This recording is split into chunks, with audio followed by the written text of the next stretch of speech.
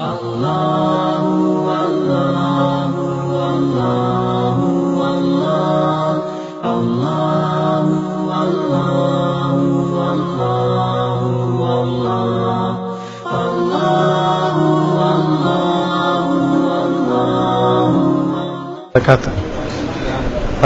ரப்பில் ஆலமீன் அஸ்ஸலாத்து வஸ்ஸலாமு அலா முஹம்மது ஸல்லல்லாஹு அலைஹி வஸல்லம்.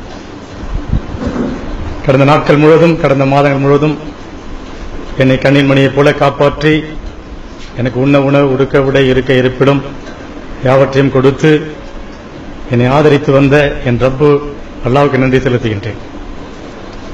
நான் நிற்பதும் நிர்மூலமாகாதிருப்பதும் என்னை படைத்த என் ரப்புனுடைய கிருபையாய் இருக்கிறது, கருணையாய் இருக்கிறது.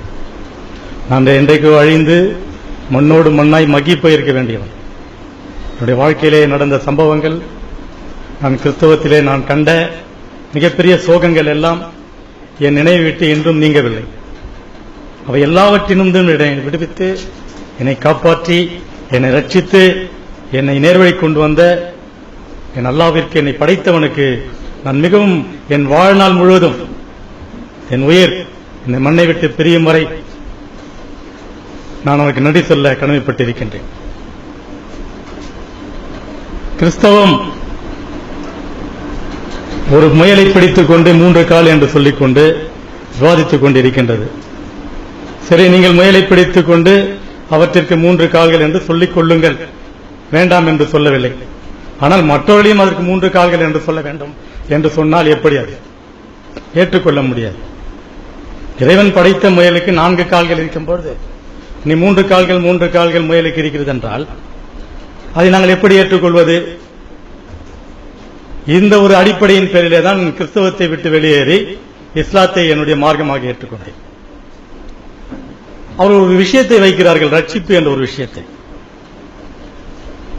இஸ்லாம் மார்க்கத்தில் ரட்சிப்பு என்ற ஒரு விஷயம் இல்லை.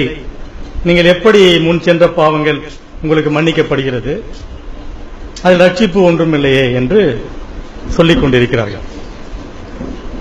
அவர்கள் எதை ரட்சிப்பு என்று நினைத்துக் கொண்டிருக்கிறார்கள் என்பது தெரியவில்லை. இயேசு கிறிஸ்து ஈசா அலைஹிஸ்ஸலாம் அவர்கள் சொல்கிறார், உலகத்தின் முடிவு பரியந்தம் நிலைத்து நிற்பவனே ரட்சிக்கப்படுவான். கடைசி காலம் வரைக்கும் நிலைத்து நிற்க வேண்டியவன். இப்ப உடனே இவங்கெல்லாம் பார்த்து ஒரு வெள்ளை புடவை, வெள்ளை பேண்ட் போட்டா ரட்சிக்கப்பட்டீங்களா பிரதர், ரட்சிக்கப்பட்டீங்களா சிஸ்டர் அப்படின்னு சொல்றாங்க. அது என்ன ரட்சிப்பு? உனக்கு புரியவில்லை. ரட்சிப்பு என்பது விடுதலை. ஒரு மனிதன் நரகத்திற்கு போகிறானா சொர்க்கத்திற்கு போகிறானா என்பதுதான் அவனுக்கு தெரியும். இப்போதெல்லாம் யாரால் விடுவிக்க முடியும்? நான் விடுதலை பெற்று விட்டேன் என்று யாரால் சொல்லிக் கொள்ள முடியும்? நம்முடைய தொழுகைகள் முதற்கொண்டு, நம்முடைய அமல்கள் முதற்கொண்டு சரியானவையா என்பது மறுமை நாளில் தான் தெரியும். அல்லாஹ் தீர்ப்பளிக்கும் போது தான் தெரியும். அது வரைக்கும் நமக்கு தெரியாது. இப்படி இருக்க இயேசு கிறிஸ்து சொல்லிவிட்டால் உலகத்தின் முடிவு பரியந்தம் நிலைத்து நிற்பவனே ரட்சிக்கப்படுவான் என்று. அப்படி இருக்க எல்லாரும் பார்த்து நான் ரட்சிப்படைந்து விட்டேன், நாங்கள் ரட்சிப்படைந்து விட்டோம் என்று சொல்கிறீர்கள். அதன் காரணம் என்னவென்று கேட்டால், கிறிஸ்தவ மதத்தின் ஸ்தாபகர் பவுல் அவர் என்ன சொல்கிறார் என்னவென்றால், கர்த்தராகிய இயேசு கிறிஸ்துவை உன் வாயினாலே அறிக்கையிட்டு தேவன் அவரை மரித்தோரிலிருந்து எழுப்பினார் என்று விசுவாசித்தாலே நீ ரட்சிக்கப்படுவாய். அப்போ தேவன் அவரை மரித்தோரிலிருந்து எழுப்பினார் என்றால் தேவனை தான் விசுவாசிக்க வேண்டும். தேவன் அவரை மரித்தோரிலிருந்து எழுப்பினார் என்றால் நீ அப்போது ரட்சிக்கப்படுவாய். அவ்வளவுதான். ஒருவன் கிரியை செய்யாமல் பாவியை நீதிமானாக்கிறவனிடத்திலே விசுவாசம் வைத்தால் அவனுடைய அந்த கிரியையே அவனை நீதிமானாக்கும் என்று சொல்கிறார். இதனுடைய அடிப்படை என்ன என்று பார்க்கும்போது, மோசேவுக்கு நியாயப்பிரமாணத்தின்படி பாவ நிவாரண பலிகள் செய்யும்படி தேவன் கட்டளையிட்டார். ஒருவன் பாவம் செய்தானால் அவனை பாவ நிவாரண பலியாக ஆட்டுக்குட்டிகளை பலி செலுத்த வேண்டும் என்று சொன்னார். ஆனால் அந்த பலியின் மூலமாக ஒருவன் நீதிமானாக்கப்படுகிறான் என்று சொல்வதற்கு இல்லை. அது சொல்லவில்லை, அப்படியும் சொல்லவில்லை. என் பவுலே சொல்லியிருக்கிறார், ஒருவன் நியாயப்பிரமாணத்தின் கிரியைகளினாலே எவனும் நீதிமானாக்கப்படுவதில்லை தேவனுக்கு முன்பாக. இப்போது உலகத்திலே நாம் செய்கின்ற பலி, மோசேக்கு கட்டளையிட்ட பலி பாவ நிவாரணம் செய்து கொள்வதற்காக.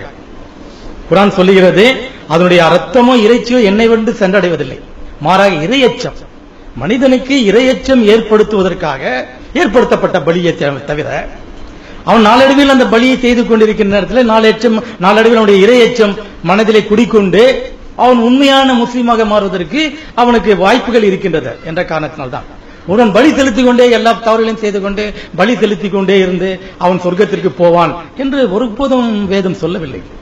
பலி பாவ நிவாரணம். இப்போ எம்இஎஸ் பில்லு கட்டல, 10ஆம் தேதிக்கு கட்டலன்னா ஃபைன் கட்டுற மாதிரி தான். ஆகவே ஃபைன் கட்டுற மாதிரி தான், ஃபைன் தான் கட்ட சொன்னார். அதுக்குண்டான காரியங்கள் அந்த பலியிலேயே சரியானது தானா? நீ பழுதற்ற ஆட்டை கொடுத்தாயா, பழுதுள்ளதை கொடுத்தாயா என்பதெல்லாம் அங்கே கணக்கு. நீ என்னதான் பலி செலுத்தினாலும் பாவம் நிவாரணம், பாவம் உன்னை விட்டு போய்விட்டது என்று சொல்வதற்கு இல்லை. அந்த கணக்கு மேலே இருக்கிறது. இப்படி இருக்க நியாயப்பிரமாணமே வேண்டாம் என்று சொன்ன பவுல் அந்த நியாயப்பிரமாணத்தின் கிரியை ஒன்றை வைத்து, அப்பொழுது ஆட்டுக்குட்டி பலி செலுத்தப்பட்டது, இப்போ பழுதற்ற பலியாக இயேசு கிறிஸ்து பலி செலுத்தினார் என்றால் இதை எப்படி ஏற்றுக்கொள்வது? நியாயப்பிரமாணத்தை வேண்டாம் என்றால் நியாயப்பிரமாணத்தின் அந்த கொள்கையே வேண்டாம், அந்த கொள்கையே தேவையில்லை. இயேசு கிறிஸ்து பலி செலுத்தினார், இயேசு கிறிஸ்து பலியாகினார் அப்படி என்று சொல்கிறார். நான் கேட்கிறேன், இஸ்ரவேல் மக்களுக்கு பலி செலுத்தும்படி தேவன் கட்டளையிட்டார் என்றால் அவர்களுக்கு இரையச்சம் உண்டாவதற்காக தேவனுக்கு பலி செலுத்த சொன்னார், தேவனுக்காக பலி செலுத்த சொன்னார். தேவன் தன் மகனை யாருக்காக பலி செலுத்த வேண்டும்? தேவனே தன் மகனை. அப்போது கடவுளுக்கு மேலே ஒரு பவர் இருக்கிறதா? கர்த்தருக்கு மேலே ஒரு பவர் இருக்கிறதா? அவர் தன்னுடைய மகனை பலி செலுத்தி அவர் யாருக்கு கணக்கு ஒப்புவிக்க வேண்டும்? சற்று சிந்தித்து பாருங்கள். இது போன்ற ஒரு 3 கால் உள்ள முயலை பிடித்துக் கொண்டு இதுதான் முயலுக்கு 3 கால் என்றால் மற்றவர்கள் எப்படி ஏற்றுக்கொள்வார்கள்? இயேசு கிறிஸ்துவினுடைய ரத்தம் பாவத்தை ரட்சிக்கும் என்று இல்லை. அது புதிய ஏற்பாட்டின் காலத்திலே ஏசாயா தீர்க்கதரிசியின் மூலமாக தேவன் கட்டளையிடுகிறார், பூமியின் எல்லை எங்கும் உள்ளவர்களே என்னை நோக்கி பாருங்கள், அப்போது ரட்சிக்கப்படுவீர்கள். என்னை நோக்கி பாரு, அப்போது ரட்சிக்கப்படுவீர்கள். இதைதான் அல் குர்ஆன் 3:135 சொல்கிறது.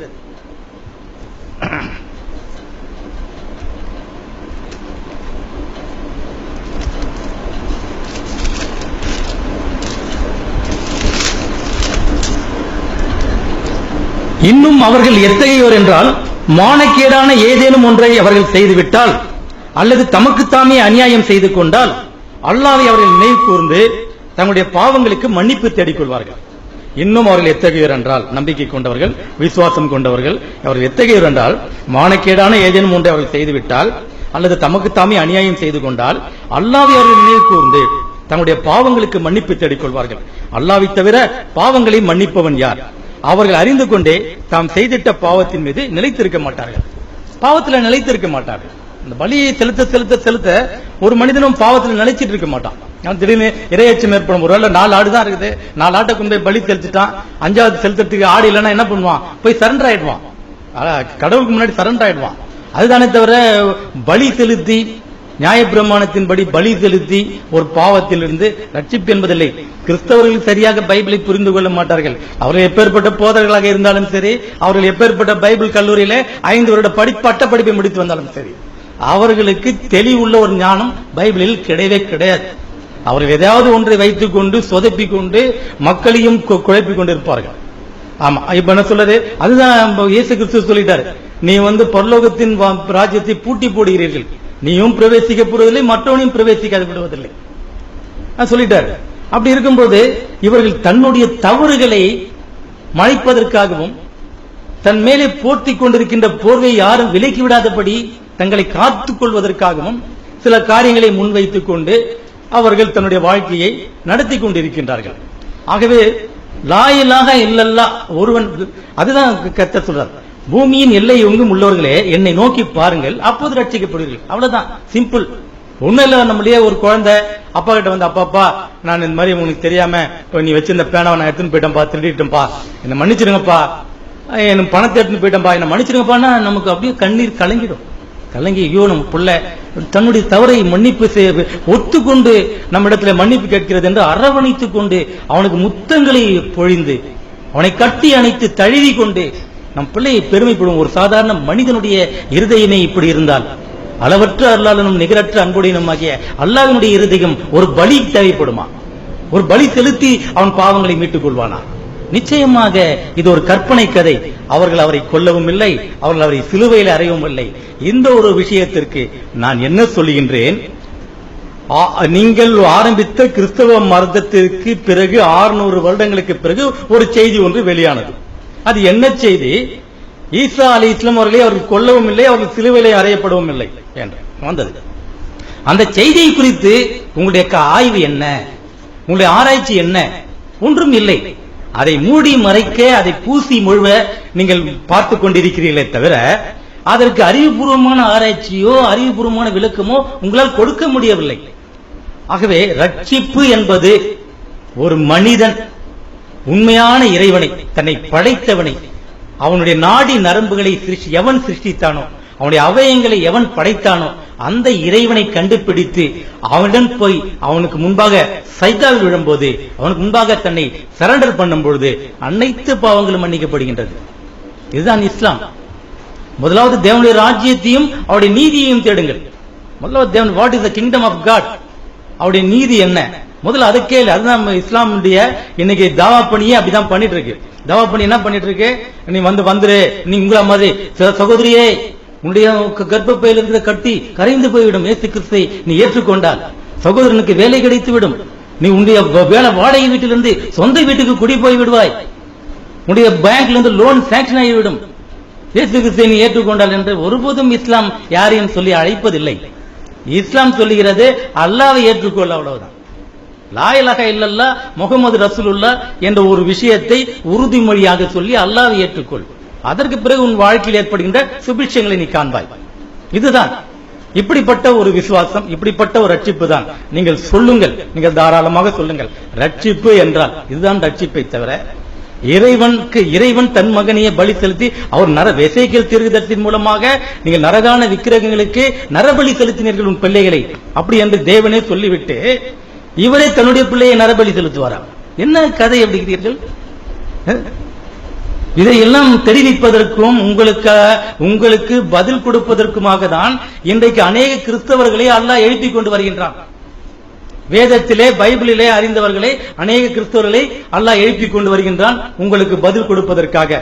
ஆகவே ரட்சிப்பு என்ப ஒன்று, ஒருவன் லா இலாஹ இல்லல்லாஹ் என்று சொல்லி அவன் அதான் சொல்றாரு அல்லாஹ் குர்ஆன்ல சொல்றான், ஒருவன் லா இலாஹ இல்லல்லாஹ் என்று சொல்லி அவன் அதில் உறுதியாக இருந்தால் அவன் எந்த விதமான கவலைப்பட வேண்டிய அவசியம் இல்லை.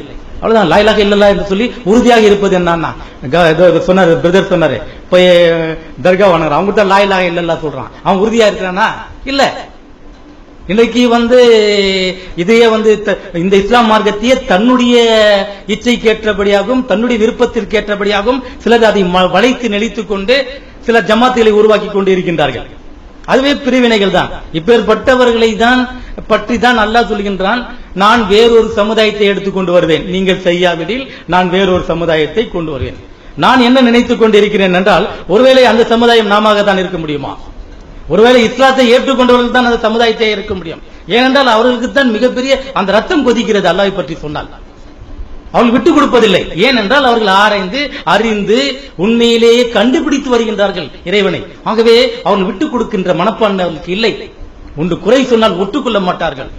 ஆனால் இங்கே சுயநலத்திற்காகவும் தன்னுடைய வாழ்க்கைக்காகவும் ஆதாயத்திற்காகவும் விட்டுக்கொண்டு ஜமாத்துகளாக பிரிந்து கொண்டிருக்கின்றன.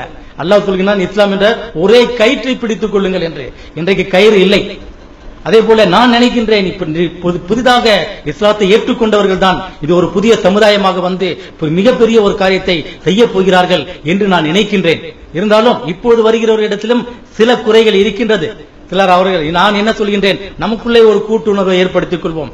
நமக்குள்ளே தேற்றத்தாழ்வு வேண்டாம், தாழ்வு மனப்பான்மை வேண்டாம், நீ பெரியவன் நான் பெரியவன் என்ற ஒரு எண்ணங்கள் நமக்குள்ளே இருக்க வேண்டாம். நமக்கெல்லாம் ஒரே எண்ணம், சொர்க்கத்தை நோக்கி மக்களை அழைக்கக்கூடிய ஒரு எண்ணம் உள்ளவர்களாக செயல்படுவோம். மற்றபடி நமக்கு வேற எந்த சிந்தையும் நமக்குள்ளே இருக்க வேண்டாம் என்று சொல்லிக்கொண்டு இந்த வாய்ப்பை கொடுத்த இந்த ட்ரஸ்டுக்கு நன்றி செலுத்தி விடைபெறுகிறேன். அஸ்ஸலாமு அலைக்கும் ரஹ்மத்துல்லாஹி.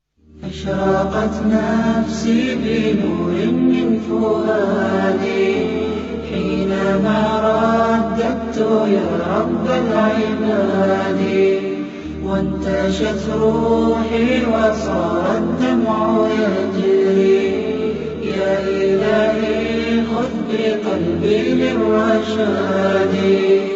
أشرقت نفسي بنور من فؤادي حينما رددت يا رب العباد وانتشت روحي وصار الدمع يجري يا إلهي خذ